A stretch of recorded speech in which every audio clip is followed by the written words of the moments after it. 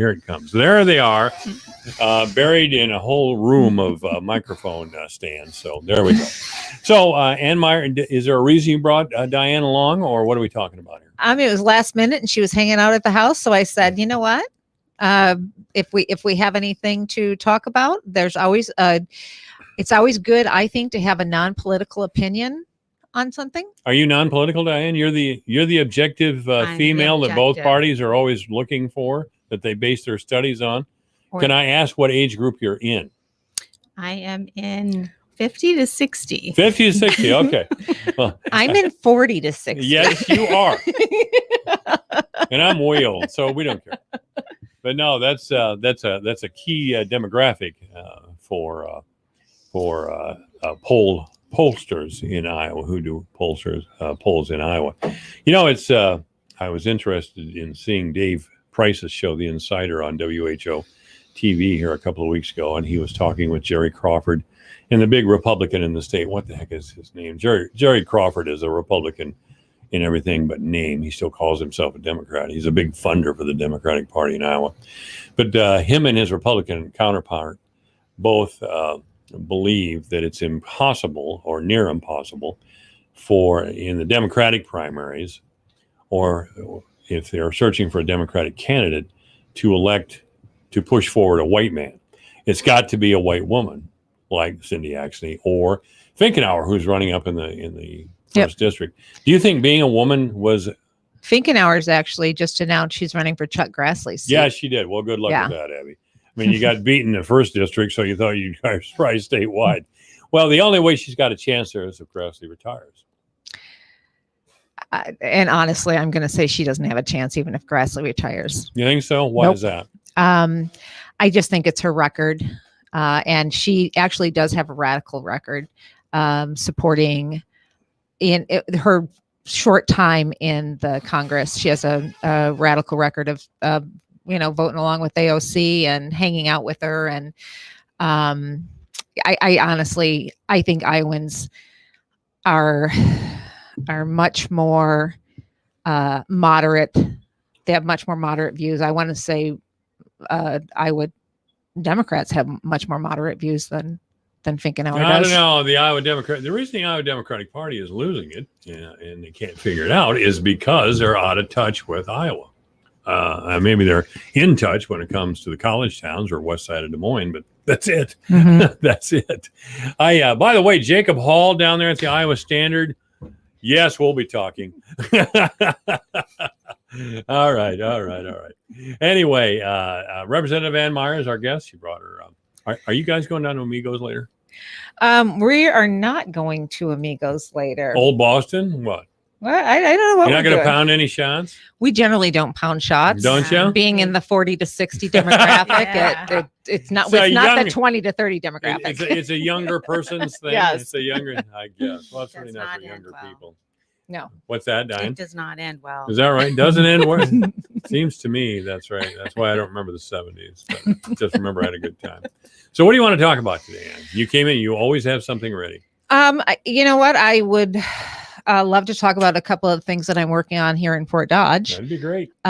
First of all, we had a meeting with Mark Campbell, Supervisor Mark Campbell, sure, and our new CEO of our Mental Health and Disability Service region, Russell, and Jennifer. Do you know Russell's last name? I don't off the top of my head. That's all right. I'm sorry. But he is the CSIS CEO.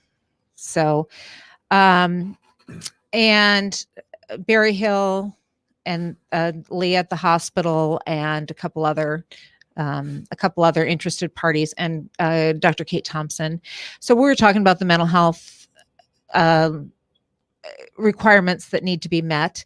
And in our area, since I've started, and I'm not taking credit for this, I'm just saying since I've started, there's been an increase in mental health services at the hospital, and at Berry Hill. Not at the hospital, mostly at Berry Hill, but Berry Hill is now under the Unity Point umbrella. Right. So we were talking about the different services that they do offer. Number one, we definitely want to keep people out of institutions if at all possible. We know that we need beds in the state, and we're still working on ways to get that. Why do we need beds in the state? It would be great if we could de-escalate every issue with a crisis team, and that's what we want. Mm-hmm. But we still have, 6, maybe 7 people in the hospital almost on a daily basis that need one-on-one sitting. That's a cost for the hospital. And then it's also a cost for the patient because they're not one-on-one getting sitting with a physician you're talking about? one-on-one sitting with a mental health patient. Okay. Because they can't be left alone. And usually the reason that they have a one-on-one sitter is because of suicidal threats. Yeah. And that's important. I mean, you have to be with those people all the time. So we did discuss that, and that's an ongoing conversation. Director Kelly Garcia is the new director within the past year of IDPH and DHS. And she'll be coming down up to Fort Dodge within the next few weeks, and we'll be touring all of the facilities here and talking about some of our strengths and then some of our deficits. So while that at this point is not legislation because the core services are already laid out, we may need to tweak some of those, but we need to make sure that since the state is now going to be picking up in the next 2 years, we're going to be picking up that mental health property tax levy. We want to make sure we know what all the services that are available in the area and make sure that we have what we need and then fix our deficits. And I know you hear this from everybody. I know you hear this from anyone who comes in. It doesn't matter what profession they're in, but we have a big deficit in workforce. Workforce is an issue. We would love to open up. Everyone would love to have more workers. We just don't have them right now. Well, as Joe Biden said, why don't you pay them? That would be an interesting concept. That's how your home area in Detroit, that's how it grew.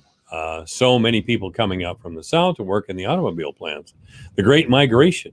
People left their homes in the South and came in big waves to live in Chicago and Detroit because they believed accurately that their standard of living would improve. And that was primarily because of the auto companies. That's right. And everyone that serviced the auto companies. There's a famous story that Henry Ford had. Henry Ford's real invention was the assembly line. He wasn't much of an auto creator or maker, but he did figure out the assembly line, how to mass produce cars. And he had just about perfected his ideas when one of the engineers spoke out loud, I wonder who's going to buy all these cars. How can they afford to buy our cars once we have them off the assembly line? And Henry Ford thought, well, maybe I better pay my guys, my people. So he started paying his people that work in the assembly line $5 a day. And guess what? They bought cars. Yeah. And that's true. And you know what? When I was in school, when I was a nurse at the hospital, I didn't know.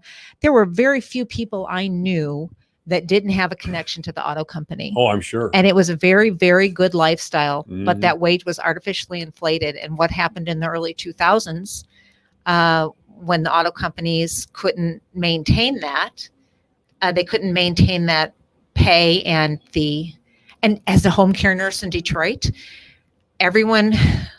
almost everyone I took care of had the gold plan from the auto companies. Sure. Everything was covered. And I don't deny anyone that. I mean, they worked for that. Those were people who had retired and they got that. I don't begrudge anybody from making a good wage.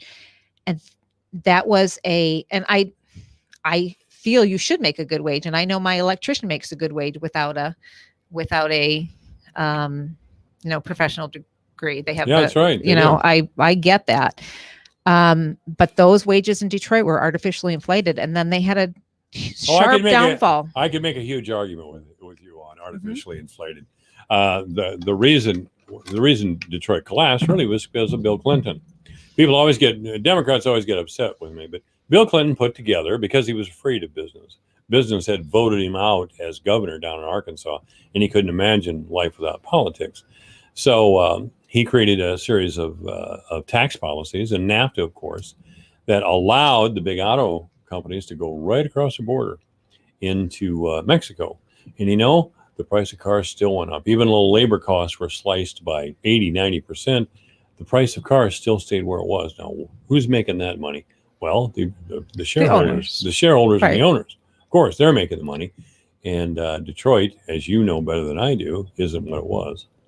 It isn't what it was, but don't let that discourage you from taking a trip to Detroit, because it is coming back. Is it coming back? It is coming back. Okay, it was the Motor City. Yep. What is bringing it back now? Just out of curiosity. I think it's individual companies moving back downtown. There's been some, tax abatements, tax benefits to bring your company downtown. There are leveled blocks in Detroit where my parents grew up that no longer exist. Right. So I think it's just that businesses and private communities coming together and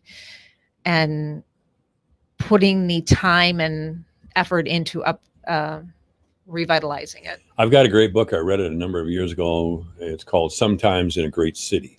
And it's about Detroit rise and fall. And it's by David Marinus, who's an outstanding biographer. He had a great book out called First in His Class. He wrote about Bill Clinton, the forces that shaped Bill Clinton. And if for somebody like you especially, that'd be a great read. I don't know how much leisure time you have to read anyway. It's interesting you talk about that. Diane, what's your husband Mike's specialty out of the hospital? He's a general and vascular surgeon. General and vascular surgeon. Okay. Yes. Does he do heart surgeries or no? No, he works with all vessels outside the heart. All vessels outside the heart. Okay. I'd love to have him back on, because I told you off, Mike, you guys grew up in Canada. Yes. You and Mike both. Yep. And Dr. Willerth went all the way through medical school there. And he told me, as memory serves, and this has been at least 10 years ago, it's been quite a long time, that he came to the United States. The reason most people come to the United States is because he could make a little more money here in this country than under the Canadian plan. Well, he did some training under Marshall Hunting, who was also a vascular surgeon in Edmonton, who had moved down. And when my husband Mike was finishing up his training, Marshall was looking for a partner. Okay. So that was the original reason that we came. Certainly finances played a part. Yes, and we wanted to raise our family in a smaller center. What town did you grow up in? We grew up in Indian Head, Saskatchewan, which is 1,800 people. Okay. We did training in Saskatoon, which at the time was 60 to 70,000. I mean, it's bigger now. And he did some training in Edmonton, Alberta, which now is 500,000. Yeah. So, yeah. Well, what I was getting to is what I told you when we were off air. I asked Dr. Willard when he was on the air with me if he would prefer the Canadian plan or the plan in the United States. And since I assumed he was making more money here in the United States, I was surprised that he answered. And Dr. Willard, if I'm putting words in your mouth, please excuse me. I'll certainly have you back on the air with me just to correct me if this is wrong. But I believe Dr. Willard said he preferred the Canadian system all the way around. He said it seemed the patients were served better by the Canadian system than here in the United States. I don't know. Monetarily, as a patient up there, it's much better. Oh, yeah. I know Canadians who live in this country. A guy not too long ago in the last several months told me his mother had some sort of hip replacement surgery. It cost him $35. Hip replacement surgery? Wow. Yeah. I have a colleague though up in North Dakota who's a nurse, and North Dakota. Okay. She's a nurse and a senator, and so they're one of the border areas, and they have a lot of knee replacements and hip replacements there, which they're just posting ads in newspapers because right now in Canada, yes, your healthcare is covered, but there's a huge long waiting list for that coverage. And it's so there. I mean, there are reasons that people come to the United States for care. Yeah. Oh, there definitely is. We have the best doctors, right? We have the best doctors. Yes, that's true. We absolutely do. What couple in Fort Dodge, well-known couple in Fort Dodge, are from North Dakota. Deb and Casey Johnson. Right. They can fall into that North Dakota stuff so fast. You never, they can start talking like this just real quick. I'll tell you what, there is not a better family that serves the community. Oh, huge credit to our community. And Absolutely. they've done so much for our community. And that Thanksgiving Day dinner they have alone should endear them to all of us. And they have done so many things. Deb, for many, many years, was involved with what was it? The heart. The heart ball. Heart ball. Yeah, she was behind that. I think her daughter-in-law took over that. Abigail, yes. Okay. But anyway, there's been so many things that the Johnsons have done. Oh, yeah. They're very, very community oriented. Yes, they are. And it's paid off for them and good. They have successfully run a profitable business, and they've improved the community in which they chose to raise their own children, which is commendable, I believe. That says quite a bit about them. Anyway, Representative Ann Meyer is here, and we occasionally are talking with Diane Willard as well. I'm just really babbling here and leading Ann in all sorts of directions she doesn't want to go, but that's normal. So, Ann, is there anything happening legislatively? And I realize we're months away from the start of the 22 session, but is there anything going on right now that we should keep an eye on? Has Governor Reynolds, and I got to get caught up on this, has Governor Reynolds signed all the bills that we hoped that she would sign? Or is there Yes, she did. She absolutely did sign those. Okay. So, and of course, a couple of the child care bills that were very important to me, the child care cliff, which I'm not going to go over that again because we've talked about that at length. She passed some child care tax credit, making the threshold from $45,000 where you could get tax credit, increasing the family's income to $90,000. We had several child care bills that passed. One thing I do want to talk about session, though, is we will have this is for sure, we will have special session in August because of redistricting. So the lines will be drawn. Our first map, I believe, comes out August 15th, and we will go down to session for that. And we have to vote on the maps that come out. These maps are not written by us. They're not drawn by us. We do not split areas up. We do not gerrymander. These are computer program LSA maps that come out. Well, what is the determining factors do they use? The census. Yes. So the census, we should have had those maps voted for. We should have had those maps passed for redistricting in May. But the census information came to us late, and that's why we are looking at August for the first map to come out, and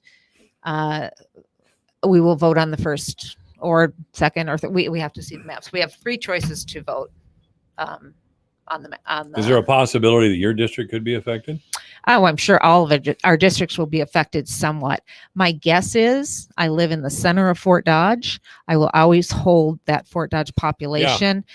And truthfully, everywhere around me is rural. So while it may change, while the, cities that I have in my district may change, I assume that I will still be, my main district will still be Fort Dodge. Fort Dodge was the only city in the state for a while that had its own representative. That's been some years back, but we had a representative from Fort Dodge. That was the district. Oh. They changed that now. Mm-hmm. But, when I hear things like that, I always get a little concerned because that it could mean that some Republican representatives in Western Iowa will lose their seats, and they will lose their seats because they're going to have to compete against other Republicans. Right. They'll have to, there will, without a doubt, there'll be between what we've been told is 6 to 15 people that may be thrown in together, districts that may be thrown in together with the current Republicans. So we still have to have, that's the way it goes. We still have to have the same number of representatives, though, don't we? Yep. It's just where they will be. So they may pick up. We know that there's more people in the Des Moines area, so they'll probably pick up another representative or two, maybe another senator. Who's going to be a Democrat? I can guarantee you, from Polk County and from the People's Republic of Johnson County down in Iowa City. We have a couple Polk County. We have a couple Polk counties that are Republican represent. Garrett Gobble is down in Ankeny. We have Carter Nordman. I think he's Polk County as well, but I'm not sure. He's really close to he's not. And then we've got John Landon, Ankeny. Did I already say that? We've got several Polk County reps, Okay. All right. and we have Eddie Andrews, who just flipped a seat last year. So Eddie, Where's he at? he is in, I want to say Johnston, and he flipped Karen Derry's seat. And Eddie has an interesting inter-party relationship, a marriage, as he is married to Betty Andrews, who is the head of Iowa's NAACP. I didn't know that. Yeah. Okay. Yeah. Is Eddie a black guy too? Or? Yep. Yep. Okay. And Nice he's a guy. Republican? He is. Outstanding. Yeah. We like Eddie. No, I didn't know that. No, Eddie is a super nice guy. Oh, So, I'm sure he is. yeah. I don't have any doubt. The Democrats are preparing to run someone for governor. I haven't seen anybody I'm ready to support yet, and probably never will, as a matter of fact. Who I think Roz Smith out of Roz is, Waterloo yeah. definitely has already announced. I know Liz Mathis, who is, I think she's Lynn County. She is. Yeah, she is. She used to be on television down there. Maybe she Yeah, still is. you're I right. don't know. She was an anchor. You're correct. And I'm sure that our state auditor isn't going to be running for state auditor again. I'm not sure what his. No, he ran for auditor, and there was no reason for Mary to get kicked out of the auditor's office. I mean, we didn't even know who the auditor was for years, but now we know. That's Rob saying, and he's always talking about something. I think Rob will probably run for governor. He's kind of young, but he's pretty confident, and maybe. Truer words could not be spoken, Ron. Yeah. Mike, he is pretty confident. Is he ever confident? But he's your basic liberal, and he's got another handicap. He's a white guy, so that never works in Democratic primaries. But anyway, Ann Meyer is our guest, Representative Ann Meyer, and Diana Willard. Dana Willer. Diane Willerth. Well, let me stutter. I want to get, just before we leave here, I want to get back to those bills you talked about. Did you have a role in passing those bills? Did you write any of those bills, or were you the co-sponsor of any of those bills? Yes, I was the sponsor of three of them. And they were? Number one was adding one child to a home-based daycare. So now it used to be 5, now we can have 6. That actually went through that was introduced this year and passed through both chambers and signed by the governor early. All right. Childcare cliff, that was I introduced that bill last year during the last assembly and ran it. Didn't get through the Senate last year, but this year we introduced it again through Human Resources. I ran it and passed the Senate on the last day of session. Outstanding. Yeah. And then raising the child care provider rates for child care assistance. We raised that up to the 50th percentile of market rate. It has to be up to 75% by 2004 based on our federal match. All right, Diane, I'm going to see how good a politician Ann is here. She's been around for a while now. She's been on this show many, many, many times. Explain to us in 90 seconds what child care cliff means to the people of Iowa. So if you are receiving child care assistance, you could have received it until 225% federal poverty level income for your family. What was happening was if a family was offered, or a person working was offered a moderate raise or promotion, even if they only made $200 extra a month, they would actually lose all of their child care benefits, which is about $1,500 a month. So what we've done with Child Care Cliff is we've just made an exit ramp for an entitlement or a welfare program.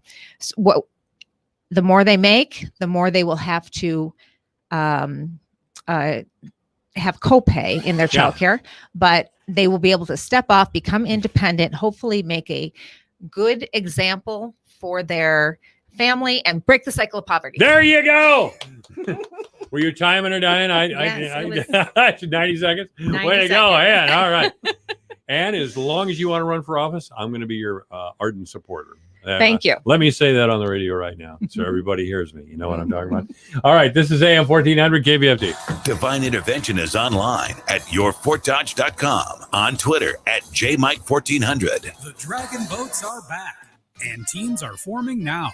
Call your friends, call your neighbors, call whoever can help get your Dragon over the finish line first. Just make sure you get a team together and get ready to hit the water for a weekend of fun, Friday and Saturday.